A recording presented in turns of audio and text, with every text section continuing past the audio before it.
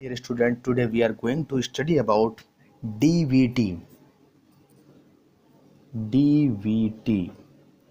DVT means deep vein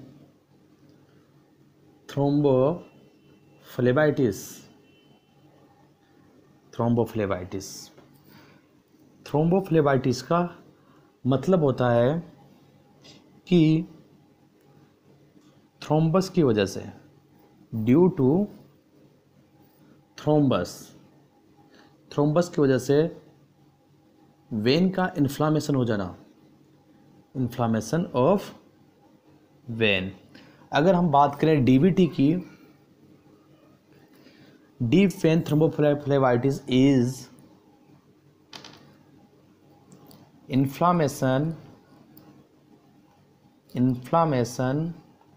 of deep vein due to thrombosis या thrombus. थोड़ा सा हम यहाँ पे थ्रोम्बस के बारे में पढ़ेंगे कि ये थ्रोम्बस क्या होता है। आपने क्लोटिंग के बारे में पढ़ा कि अगर कहीं पर भी चोट लग जाती है, इंजरी हो जाती है, तो थोड़ी देर के बाद ब्लीडिंग होने के बाद में वहाँ पर एक ब्लड क्लॉट बन जाता है। तो सेम उसी तरीके से थ्रोम्बस क्या होता है, हमारे वेन में या आर्टरी के अंदर अगर ब्लड की क्लॉटिंग हो जाए तो उसे हम थ्रोम्बस कहते हैं। वेन में या आर्टरी के अंदर ब्लड की क्लॉटिंग हो जाती है तो उसे हम क्या बोलते हैं, थ्रोम्बस। तो सबसे पहले यहाँ पर आपको थ्रोम्बस के बारे में भी पता होना चाहिए कि थ्रोम्बस क्या होता है। थ्रोम्बस का मतलब होता है is a term for a blood clot occurring inside a blood vessels. Thrombus या thrombosis is a blood clotting occurring in a blood vessels। Blood vessels के अंदर खून का थक्का बन जाना या ब्लड की क्लोटिंग हो जाना, उसी को हम क्या बोलते हैं, थ्रोम्बोसिस। और जो स्ट्रक्चर बनता है क्लोटिंग के बाद उसको बोलते हैं थ्रोम्बस।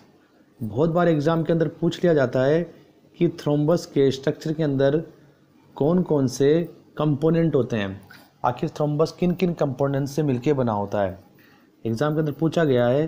तो इसके अंदर आपके आरबीसी होता है, डब्ल्यूबीसी होता है और प्लेटलेट्स होते हैं। ये तीनों चीज़ें आपस में एक दूसरे से फाइब्रिन के द्वारा जुड़ी होती है।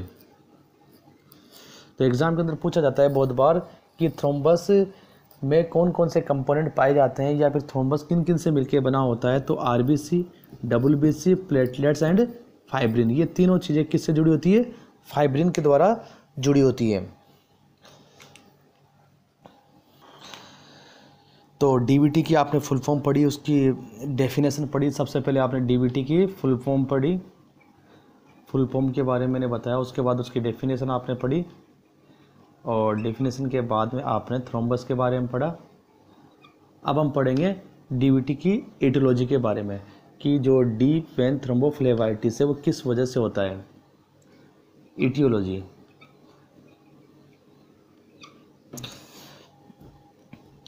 एटियोलॉजी के बारे में हम पढ़ते हैं। तो अकॉर्डिंग टू रुडोल्फ विर्कोव, एक साइंटिस्ट का नाम है रुडोल्फ विर्कोव, उन्होंने बताया कि 3 जो फैक्टर है वो आपके डीवीटी के लिए रिस्पॉन्सिबल होते हैं और उन तीनों फैक्टरों को एक साथ मिलाकर विर्कोव ट्रायड कहा गया। तो डीवीटी के जो मेन कोज बताया गया है वो है विर्कोव ट्रायड। विर्कोव ट्रायड के according to Virchow triad, the 3 factor are responsible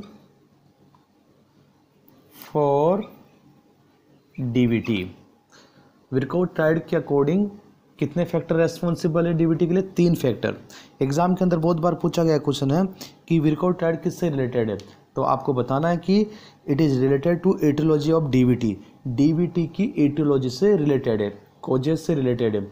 विर्काउट tried किससे संबंधित है, किससे रिलेटेड है? डीवीटी से रिलेटेड है। पहली बात, विर्काउट ट्राइड के अंदर कितने फैक्टर रखे गए हैं? ट्राइड है तो मतलब 3 फैक्टर जो है आपके डीवीटी के लिए रेस्पॉन्सिबल है। डीप वेन थ्रोम्बोफ्लेबाइटिस होने की कारण 3 मेन कारण है जो डीप वेन थ्रोम्बोफ्लेबाइटिस कर सकते हैं। तो विर्काउट ट्राइड के अंदर जो मेन रेस्पॉन्सिबल फैक्टर हैं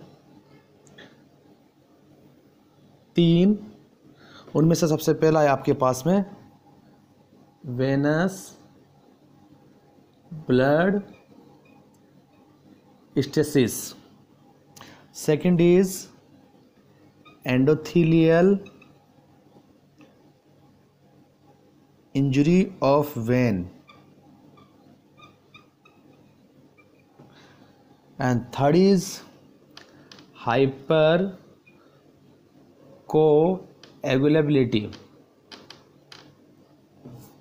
ऑफ ब्लड।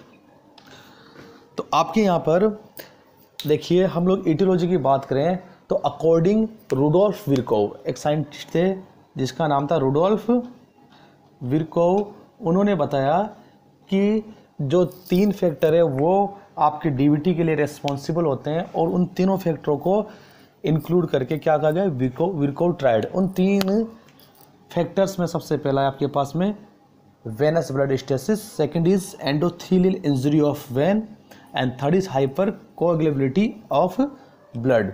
एग्जाम के अंदर पूछा जाता है कि इन चारों में से कौन सा विर्काउट ट्राइड के अंदर नहीं आता है, या एक्सेप्शन का जो क्वेश्चन पूछते हैं कि इन चारों में से कौन सा एक्सेप्शन है, एक्सेप्ट है, तो उन चारों में क्या होगा? आपके पास में ए दे देगा वेनस ब्लड स्टेसिस, बी दे देगा एंडोथेलियल इंजरी ऑफ वेन, सी दे देगा हाइपर कोएगुलेबिलिटी ऑफ ब्लड, और डी कौन सा भी जैसे टेम्परेचर दे देगा। तो आपको उसमें एक्सेप्शन वाले क्वेश्चन में जो आंसर लगाना है वो डी, टेम्परेचर जो है विर्काउट ट्राइड में नहीं आता है। विर्काउट ट्राइड में कौन कौन से आते हैं? Venous blood stasis, endothelial injury of vein, hyper कोएगुलेबिलिटी of blood. अब इन तीनों जो फैक्टर है उनको हम डिटेल से पढ़ते हैं। तो अपने पास 3 फैक्टर कौन कौन? सबसे पहला फैक्टर है अपने पास में विर्काउट ट्राइड का जो है सबसे पहला फैक्टर है हमारे पास में venous blood stasis, blood stasis, second is endothelial injury of vein, and third is hyper कोएगुलेबिलिटी of blood. सबसे पहले बात करते हैं ब्लड स्टेसिस की। स्टेसिस का मतलब ठहराव, ब्लड का एक जगह रुक जाने की वजह से ब्लड क्लॉटिंग होने के चांसेस बढ़ जाते हैं, इसी को हम बोलते हैं ब्लड स्टेसिस। अब ब्लड जो है एक जगह किन किन कारणों की वजह से रुक सकता है, किन किन कोजेज की वजह से ब्लड का जो है स्टेसिस हो सकता है, ब्लड का ठहराव हो सकता है। जो मेन कोज है सबसे पहला आपके पास में वो है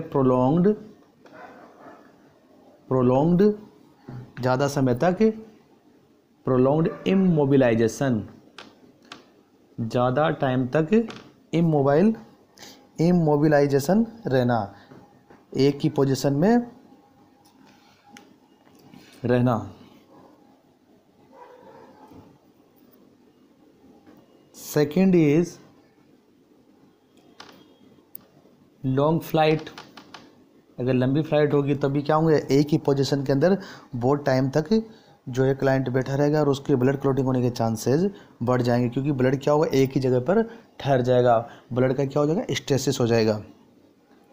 third, bed ridden client, bed ridden patient, ऐसे पेशेंट जो बहुत महीनों तक बेड पे पड़े रहते हैं, उनमें भी ब्लड स्टेसिस के चांसेस बढ़ जाते हैं, और ब्लड स्टेसिस की वजह से क्लॉटिंग होने के चांसेस होने लगते हैं और डीवीटी होने के चांसेस होते हैं। बेड रिडन पेशेंट, इनमें कौन कौन से पेशेंट आते हैं बेड रिडन में?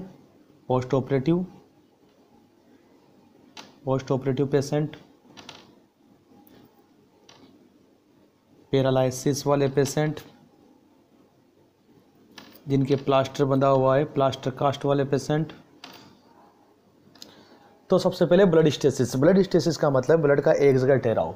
किस किस वजह से ब्लड एक जगह ठहर सकता है? स्टेसिस हो सकता है प्रोलॉन्ग्ड इमोबिलाइजेशन, बहुत लंबे समय तक एक ही पोजीशन में लेटे रहना या इमोबिलाइज रहना, इसकी वजह से ब्लड स्टेसिस हो सकता है। लॉन्ग फ्लाइट की वजह से, बेड रिडन कोई पेशेंट है, पोस्ट ऑपरेटिव हुआ, पैरालिसिस का कोई पेशेंट हुआ, या प्लास्टर कास्ट किसी के लगा हुआ है वो पेशेंट हुआ, तो इन सब में क्या हुआ, ब्लड स्टेसिस के चांसेस बढ़ जाते हैं और डीवीटी होने के चांसेस होते हैं। सेकंड आपके पास में endothelial injury of when.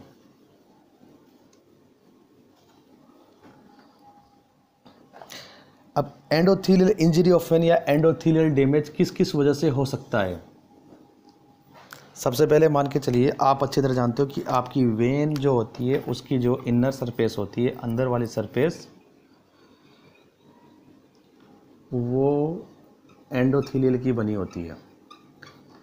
Blood जो है डायरेक्ट इसी के कांटेक्ट में आता है। अगर एंडोथेलियल अगर डैमेज हो जाती है तो वासोकॉन्स्ट्रिक्शन या जो ब्लड क्लोटिंग के अंदर जो सारे इवेंट होते हैं वो इवेंट हैपनिंग हो जाते हैं, वासोकॉन्स्ट्रिक्शन होने लगता है, प्लेटलेट एग्रेशन होने लगता है, जिससे कि ब्लड क्लोटिंग होने के चांसेस होते हैं।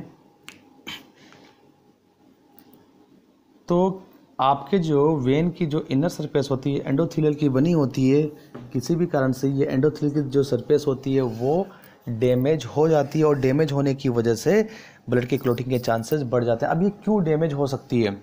एक तो मेन कारण है हाइपरटेंशन की वजह से।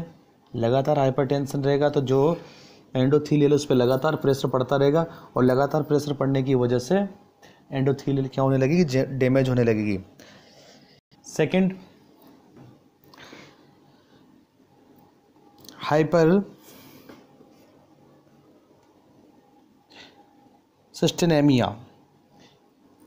अगर जो है आपके हीमोसिस्टाइन जो होता है उसकी वैल्यू बढ़ जाए तो हीमोसिस्टाइन भी आपके एंडोथेलियल को डैमेज कर सकता है। इसके बारे में डिटेल से मैं आपको क्लास में बताऊंगा।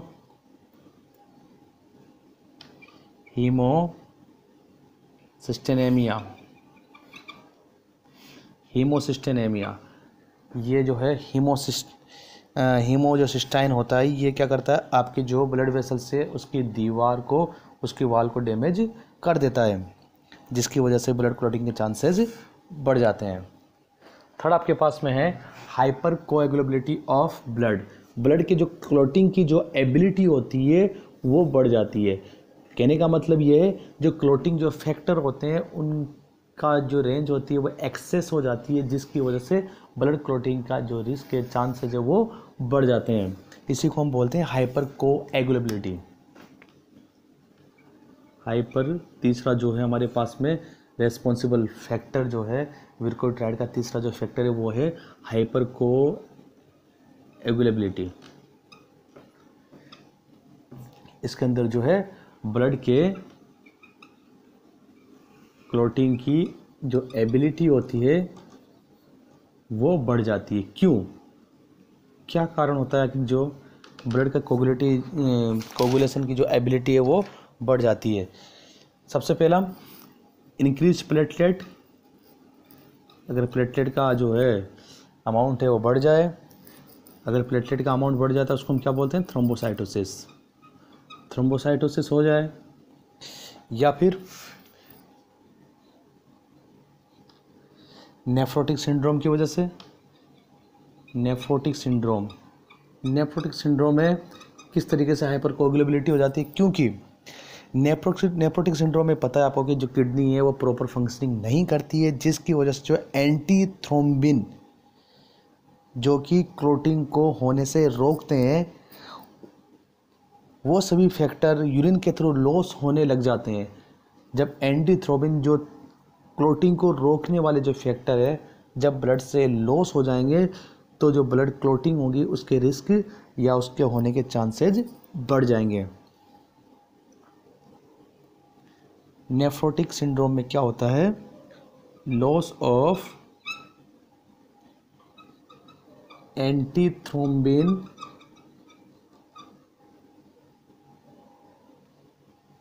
Factor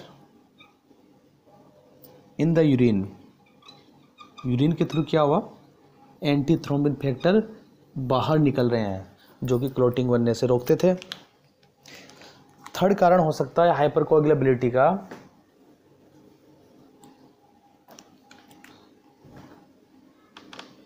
use of OCP oral contraceptive पिल।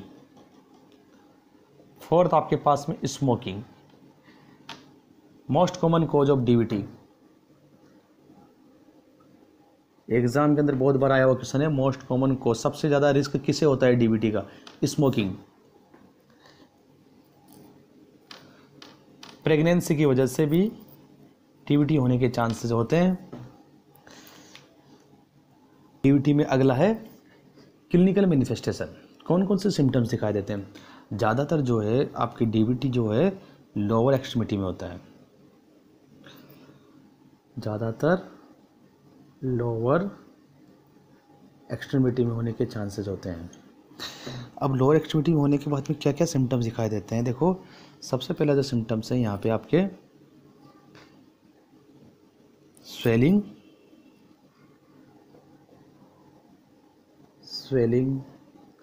साथ में जहाँ पर भी जो अफेक्टेड एरिया है डीवीटी का, उस अफेक्टेड एरिया में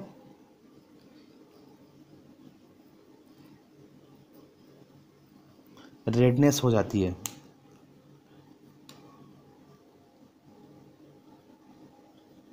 रेडनेस एंड एरिया जो है आपको छूने पे कैसा लगेगा, गर्म लगेगा, वार्मथ। पेन रहेगा काफ मसल में, ज़्यादातर पेन तो रहेगा लेकिन स्पेशली कहाँ पर रहेगा, स्पेशली जो पेन होता है वो है काफ मसल में, काफ मसल्स में पेन रहेगा। फीवर, क्योंकि आपको पता है इन्फ्लामेशन है, फ्लेबाइटिस है तो इन्फ्लामेशन की वजह से क्या रहेगा, फीवर रहेगा। तो एग्जाम के अंदर बहुत बार पूछ लिया जाता है कि एक पेशेंट जो है पोस्ट ऑपरेटिव पेशेंट है या बेड रिडन पेशेंट है, उसके जो है लोअर एक्सट्रीमिटी में स्वेलिंग है, रेडनेस है और छूने पे जो है गर्म लग रहा है, वार्मथ लग रहा है, पेन है काफ मसल्स में और फीवर है, तो उसका क्या डायग्नोसिस होगा, तो उसका डायग्नोसिस होगा आपका डीवीटी, डीप वेन थ्रोम्बोफ्लेबाइटिस। अगला है हमारे पास में इसका डायग्नोसिस किस तरीके से करते हैं हम लोग। डायग्नोसिस, देखो डायग्नोसिस के अंदर मेन चीज़ें हम बताएंगे आपको।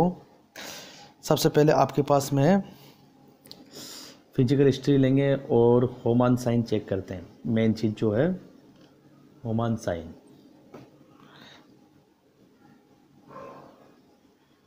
होमान साइन सबसे पहला क्वेश्चन, बहुत इंपॉर्टेंट, सबसे ज़्यादा इंपॉर्टेंट यही है डीवीटी के अंदर कि होमान साइन किससे रिलेटेड है। सबसे पहला क्वेश्चन डीवीटी से, सबसे पहला क्वेश्चन ये। दूसरा, होमान साइन में क्या किया जाता है, तो होमान साइन के अंदर हम करते हैं, पेशेंट जो होता है उसको हम सुपाइन पोजीशन में लेटा देते हैं, पेशेंट को सुपाइन पोजीशन में लेटा दिया जाता है और लेटाने के बाद में उसकी जो लेग है उसको, लेग को हम डोर्सीफ्लेक्शन करते हैं।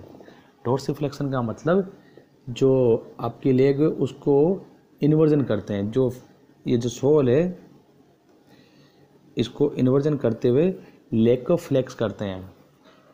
तो सबसे पहले हम सुपाइन पोजीशन में लेटाएंगे, सुपाइन पोजीशन में लेटाने के बाद में पेशेंट को सुपाइन पोजीशन प्रोवाइड करने के बाद में हम जो लेग है उसको क्या करेंगे, डोर्सीफ्लेक्शन करेंगे।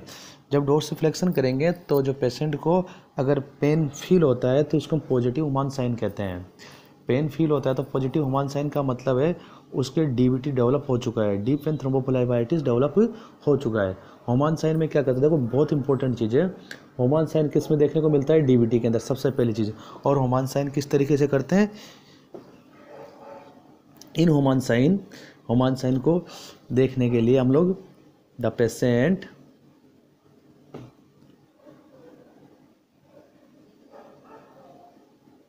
in is provided supine position, उसको सुपाइन पोजीशन देंगे and dorsiflexion of his leg. ये देखो दो वर्ड याद रखने हैं, एक तो सुपाइन पोजीशन देंगे और लेग का क्या करेंगे, डोर्सिफ्लेक्शन करेंगे। प्लांटर फ्लेक्शन नहीं करेंगे, डोर्सिफ्लेक्शन करेंगे। Is leg if the patient feel pain at calf area, it indicate positive Homans sign. और पॉजिटिव ह्यूमन साइन का मतलब डीबीटी। क्या डेवलप हो चुका है, डीबीटी डेवलप हो चुका है। क्लियर, दो बातें याद रखेंगे, सुपाइन पोजीशन में क्या करवाएंगे, डोर्सिफ्लेक्शन करवाएंगे, लेकर क्या करवाएंगे, डोर्सिफ्लेक्शन। सेकंड इज, जो सेकंड हम इसके अंदर करते हैं डायग्नोसिस, वो है हमारे पास में D dimer test. D dimer, कहीं कहीं पे इसको डीडीयू भी लिखते हैं। डीडीयू का मतलब डी डायमर यूनिट। ये क्या होता है, देखो जैसे कि मान के चलिए ये डी डायमर क्या होता है, ये आपके मान के चलिए वेन या आर्टरी जो भी है, इसके अंदर क्या बन गया आपके, ये थ्रोम्बस बन गया। थ्रोम्बस बन गया किसकी वजह से, आपके फाइब्रिन ने जो किस किस को जोड़ लिया, आरबीसी, डब्ल्यूबीसी और प्लेटलेट्स को। जब थ्रोम्बस पुराना हो जाता है तो फाइब्रिनोलाइसिस होता है, थ्रोम्बस टूटने लगता है। फाइब्रिनोलाइसिस और फाइब्रिनोलाइसिस होने की वजह से एक प्रोटीन बनती है जिसको बोलते हैं डी डायमर। तो इसका मतलब अगर डी डायमर बड़ा हुआ है तो इसका मतलब क्या हुआ था, वहाँ पर आपके थ्रोम्बस बना था, उस वजह से डी डायमर बना। थ्रोम्बस की वजह से डी डायमर बना और डी डायमर बनने की वजह से इसका लेवल जो है, डी डायमर का लेवल क्या हो गया, बढ़ गया। अगर बढ़ा हुआ डी डायमर है, डी डायमर का अगर लेवल बढ़ा हुआ है तो ये किसको शो करता है, थ्रोम्बस को या क्लोटिंग को, या तो वहाँ पर क्लोटिंग है या थ्रोम्बस है।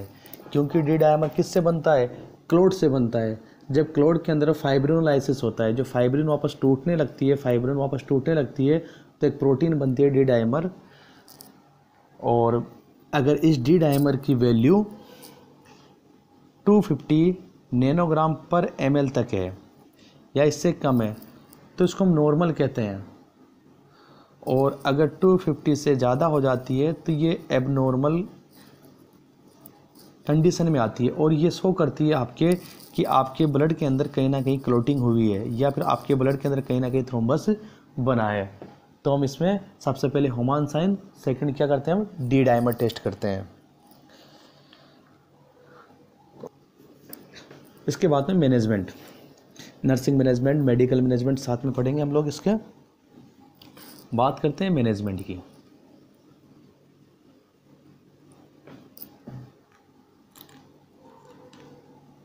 मैनेजमेंट के अंदर सबसे पहले हम बात करें मैनेजमेंट में तो पोजीशन कैसे देंगे, एग्जाम के अंदर बहुत बार पूछते हैं कि डीबीटी में कौन सी पोजीशन दिया, supine position with leg elevated, जो पैर है उनको ऊपर उठा के रखेंगे। सेकंड, और क्या मैनेजमेंट करेंगे, नर्सिंग मैनेजमेंट, मेडिकल मैनेजमेंट सभी एक ही साथ बताना है। Second is bed rest. Third बहुत इंपॉर्टेंट पॉइंट है, बहुत बार एग्जाम के अंदर आता है, जहाँ कहीं पे भी डीवीटी हो रखा है वहाँ पे आप मसाज नहीं करेंगे, अगर मसाज कर दिया तो जो क्लॉटिंग है या जो थ्रोम्बस है वो डिसलॉज होकर आपके पल्मोनरी एम्बोलिज्म बना सकता है। Avoid the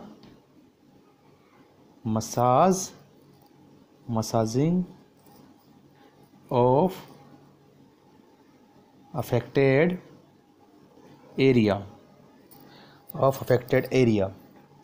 Third, avoid hot application. Hot application नहीं देंगे, सेम वही थिंग, अगर आपने हॉट एप्लीकेशन दे दिया तो डिसलॉज हो सकती है क्लोटिंग। और मेन फोकस किस पे देंगे? रेस्पिरेटरी स्टेटस पे, क्योंकि इसका जो कॉम्प्लिकेशन होता है वो क्या होता है? Pulmonary embolism. And main cheese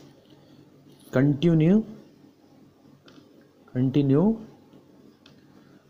observation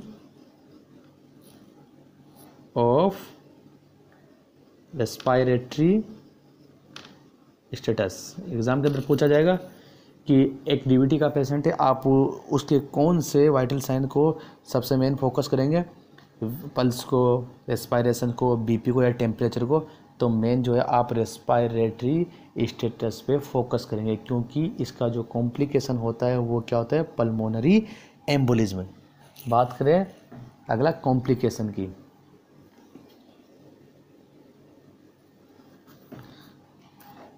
इसका जो कॉम्प्लिकेशन होता है, कॉम्प्लिकेशन पल्मोनरी एम्बोलिज्म,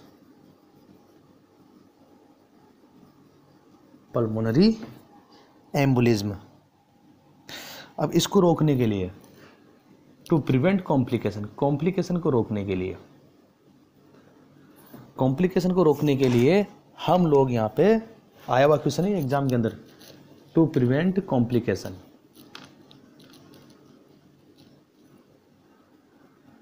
हम क्या इंटरवेंशन करते हैं? जो पेशेंट को उसको क्या सजेस्ट करते हैं? Leg exercise. कब आया था? 2019 के अंदर पीजीआई चंडीगढ़ में पूछा गया क्वेश्चन है कि एक डीवीटी के पेशेंट में कॉम्प्लिकेशन को रोकने के लिए आप क्या दोगे? Leg exercise. क्यों देते हैं? Decrease risk of DVT and pulmonary embolism. Second thing क्या है? देखो यहाँ पर आपको ये याद रखना है कि ये किसके लिए देंगे लेग एक्सरसाइज हम लोग? डीवीटी और पल्मोनरी एम्बोलिज्म को प्रिवेंट करने के लिए। आपको यहीं पर एक बात ये भी याद रखनी है कि डीप ब्रीथिंग एक्सरसाइज भी देते हैं post operative bed ridden client को, डीप ब्रीथिंग एक्सरसाइज भी देते हैं। ये बात भी आपको यहाँ पे याद रखनी है। डीप ब्रीथिंग एक्सरसाइज क्यों देते हैं? जो बेड रिडन क्लाइंट होता है या पोस्ट ऑपरेटिव जो पेशेंट होता है उसको डीप ब्रीथिंग एक्सरसाइज इसलिए दी जाती है to decrease risk of lungs collapse. Lungs को कोलैप्स होने से रोकने के लिए डीप ब्रीथिंग एक्सरसाइज दी जाती है। लंग्स कोलैप्स होने को क्या बोलते हैं मेडिकल टर्म में?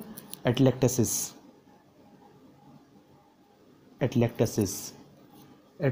को रोकने के लिए डीप ब्रीथिंग एक्सरसाइज देते हैं।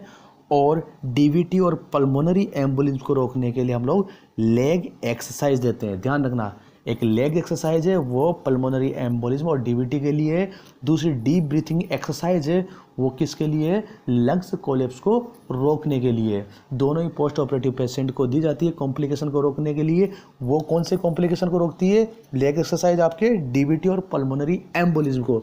जबकि डीप ब्रीथिंग एक्सरसाइज कौन से कॉम्प्लिकेशन को रोकती है? आपके डिक्रीज लंग्स कोलैप्स या एटलेक्टेसिस को। ये आपकी डीवीटी कंप्लीट हुआ। अच्छे से लिखेंगे ना, अच्छे से पढ़ेंगे। इसके बाद नेक्स्ट टॉपिक अपने एन्यूरिज्म होगा कल का। Thank you.